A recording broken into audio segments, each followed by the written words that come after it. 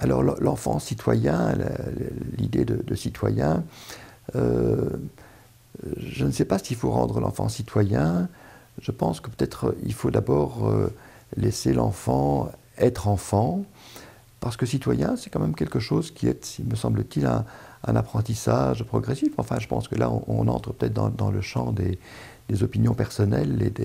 et des valeurs de chacun.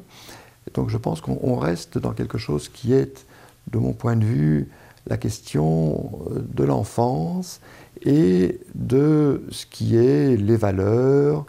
les devoirs, les attentes légitimes par rapport aux enfants, donc que les enfants peuvent avoir par rapport aux adultes et que les adultes peuvent avoir par rapport aux enfants. Donc je pense qu'il y a là toute la question effectivement de la possibilité pour les parents de pouvoir tenir avec un tant soit peu de conviction des positions éducatrices et donc de pouvoir accepter que dans cette mesure, ben, ils vont inévitablement, à un certain moment, faire souffrir un petit peu leurs enfants. C'est pas très agréable, mais c'est parfois quelque chose qu'il faut pouvoir supporter. Bien sûr, en étant dans quelque chose où on reste dans des normes, bien sûr, adéquates par rapport à l'enfant. Mais je pense que pouvoir accepter que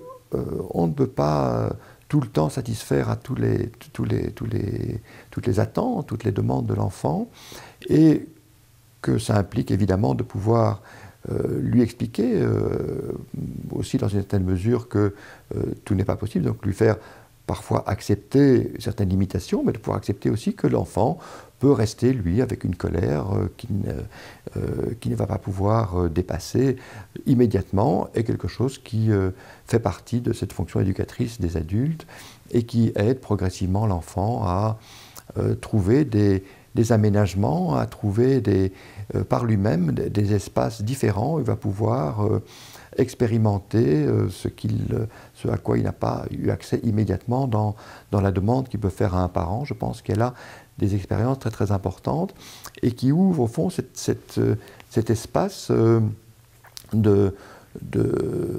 comment dire, d'une autonomie de l'enfant par rapport aux parents. Parce que je pense que refuser quelque chose à un enfant, dans une mesure qui reste, bien sûr, je le répète, reste dans un domaine du raisonnable et du respectueux de l'enfant, est quelque chose qui permet aussi à l'enfant de devenir de plus en plus autonome par rapport à son parent et de développer son propre champ d'expérience, son propre champ de satisfaction, ces espaces personnels dans lesquels lui-même va apprendre petit à petit à développer des satisfactions alternatives par rapport à ses attentes à l'égard des adultes et du monde adulte.